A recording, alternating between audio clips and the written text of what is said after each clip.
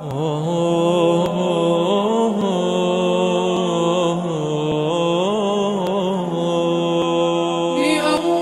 لحظة في العمر ألقاه، فلو أدري الكلام قلت أهواه. رفيق الساعة الأولى أنست به، فعشت بحب ما أوحى به الله.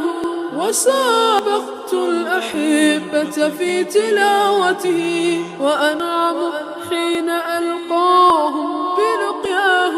ولي شيخ إذا رتلت ألمحه، تقبلني من الإعجاب عيناه.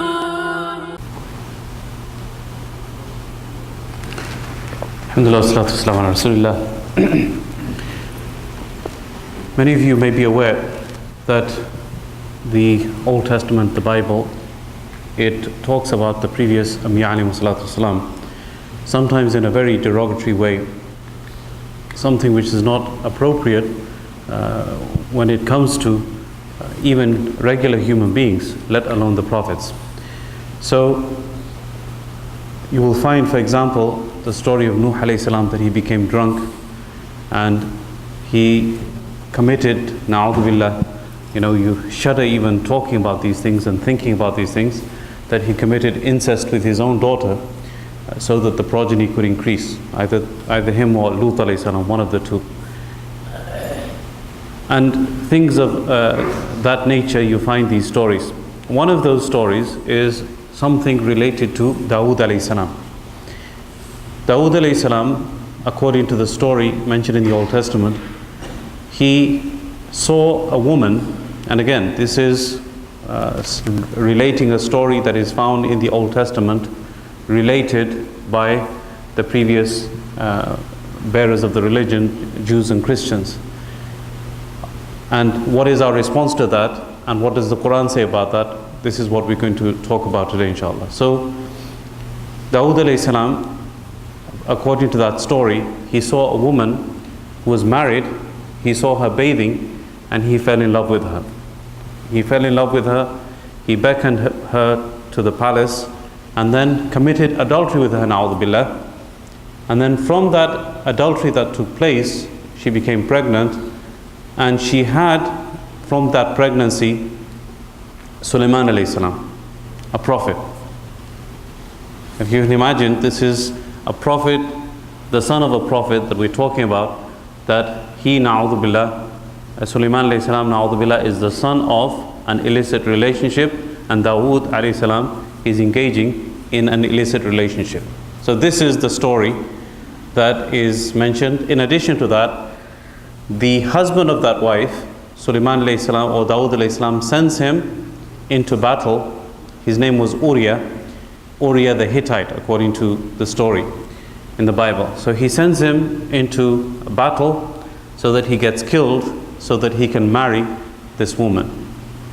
So this is the story according to the previous religions, meaning Judaism and Christianity. And of course, as Muslims, this is something that we cannot accept about our Prophet. So what does the Quran say about this issue? It talks about something in very vague terms, but which the Mufassirin have explained as to what actually happened. So Dawood alayhi salam, one day he is in his house or he is in his place of worship, when suddenly what happens, two men or two angels in the shape of men, they jump over the wall, they encroach into his property, which was well protected and well secured, and they enter into his room and they start an argument in front of him. They present a case as litigants, as a plaintiff and defendant in front of Dawood alayhi salam. So Allah subhanahu wa ta'ala says, وَهَلْ أَتَاكَ نَبَأُ الْخَصْمِ إِذْ تَصَوَّرُوا الْمِحْرَابِ. Did the story of the litigants come to you, O Prophet of Allah? Meaning talking to the Prophet sallallahu alaihi wasallam, Prophet Muhammad sallallahu alaihi wasallam, when they climbed over the wall, tasawwaru, from the word sur, when they climbed over the wall, and entered al-mihrab. Al-mihrab can mean the mihrab that we have here, or it can mean just a room in which Dawood alayhi salam was worshipping. So they came into the mihrab while he was alone. There's nobody else with him.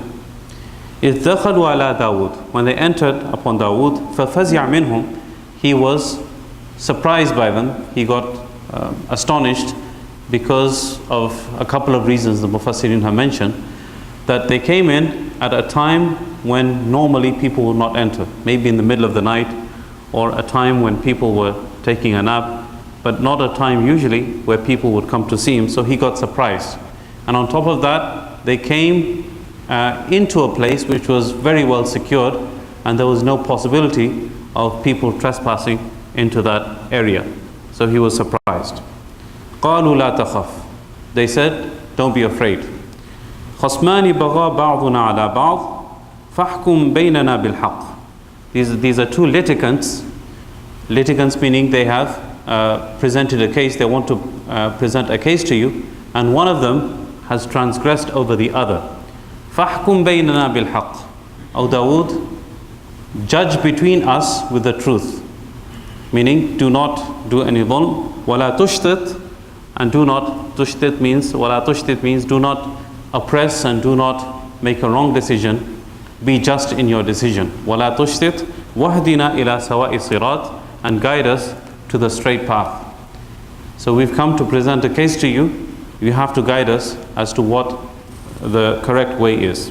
Inna hadha akhi. This is my brother. So two men or angels in the shape of men, according to some Mufassirin, they were Jibreel and Mikail alayhi salam, that had taken on the shape of men. So one said that this is my brother. Lahu tis'u wa tis'una na'ja. He has 99 sheep. Waliya na'jatun wahida. Na'ja, it means a sheep, or according to again Mufassirin, it can also it's also the name of a cow. So either he has 99 sheep or 99 cows. Waliya na'jatun wahida. And I have one sheep or one cow. فَقَالَ أَكْفِلْنِيهَا.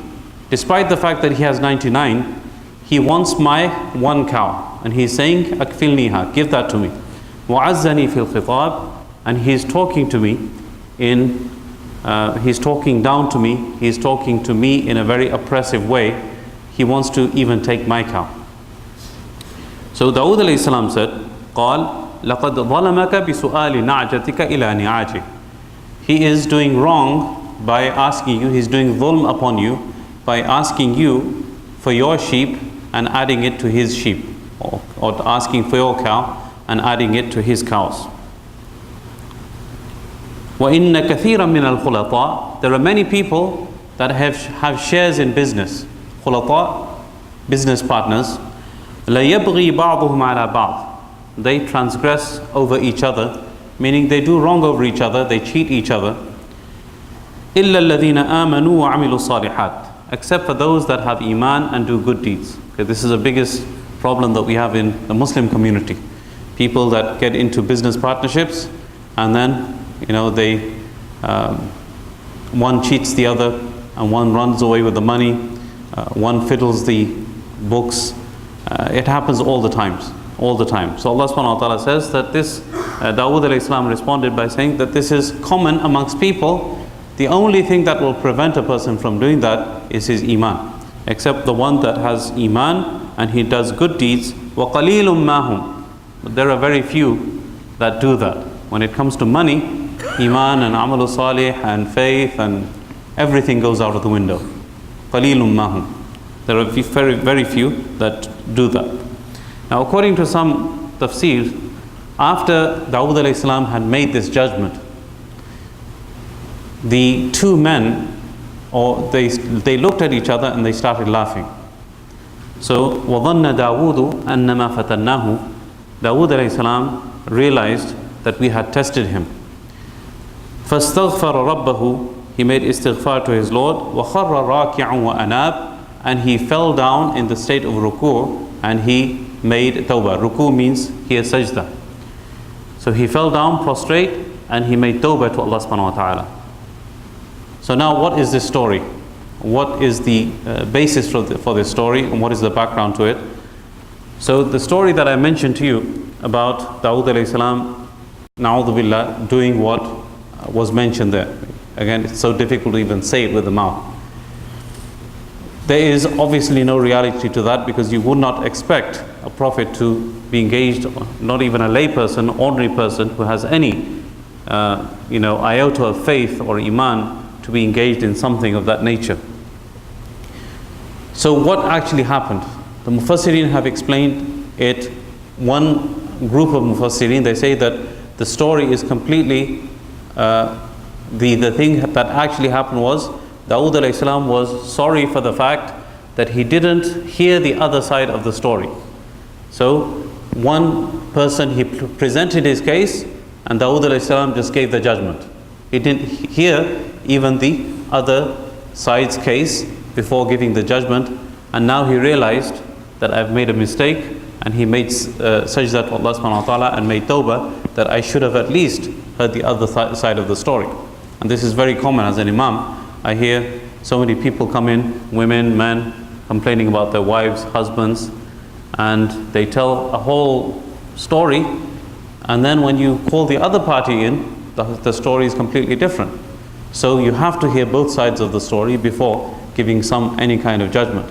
So this is what one group of Mufassirin have accepted as being the thing that happened, and for that he made tawbah, because he should have heard the other side of the story. Other Mufassirin say that the story of Dawood alayhi salam and Uriah there is some reality to it, but it is not to the level as mentioned in the Old Testament. So one explanation is given that in those days it was permissible for a man to request his friend to divorce his wife so that he could marry him. Okay, it was something of a common nature and permissible in the rulings of the Sharia of the time. So Dawood alayhi salam, according to one tafsir, he told Uriah that I like your wife, I want you to divorce her so that I can get married to her. So Allah subhanahu wa ta'ala didn't like this. Even though it may have been permissible in that Sharia of the time, it was not appropriate for a prophet, for a Nabi, to ask for this kind of request because of his status. It was not something that he should have done.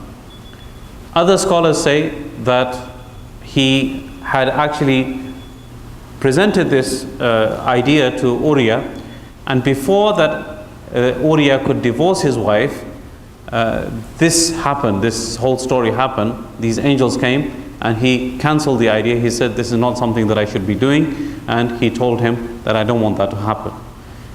Other Mufassirin, they say that what actually happened was Uriah went into battle himself and he passed away. He got killed in the battle.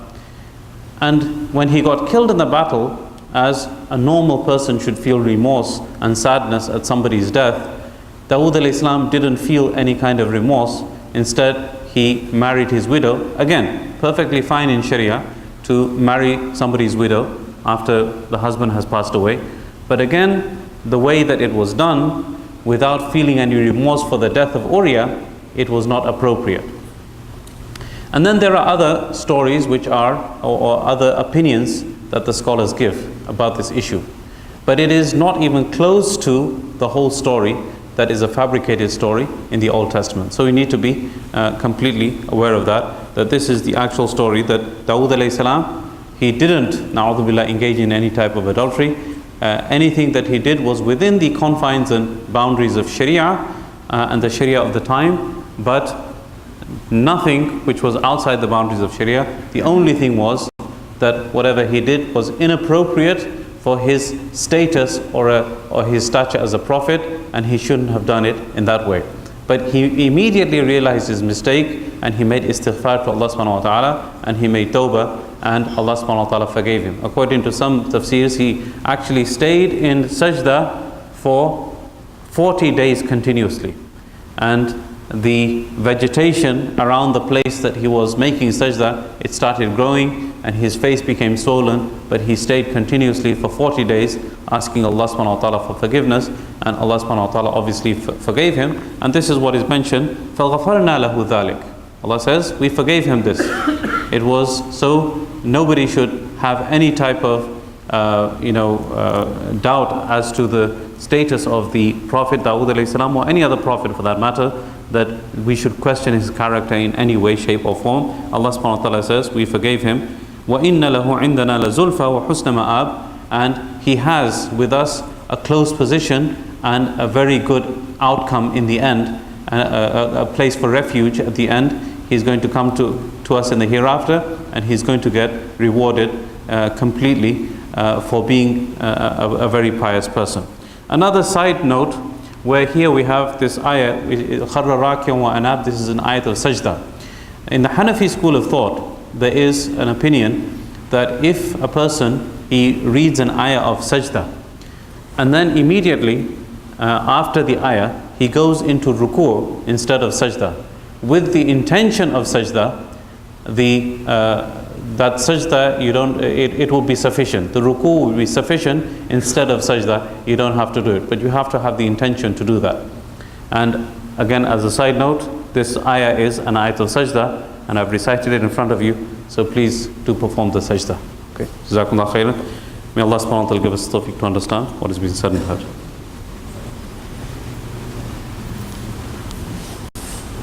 طلع البدر علينا بثنيات يدها وجب الشكر علينا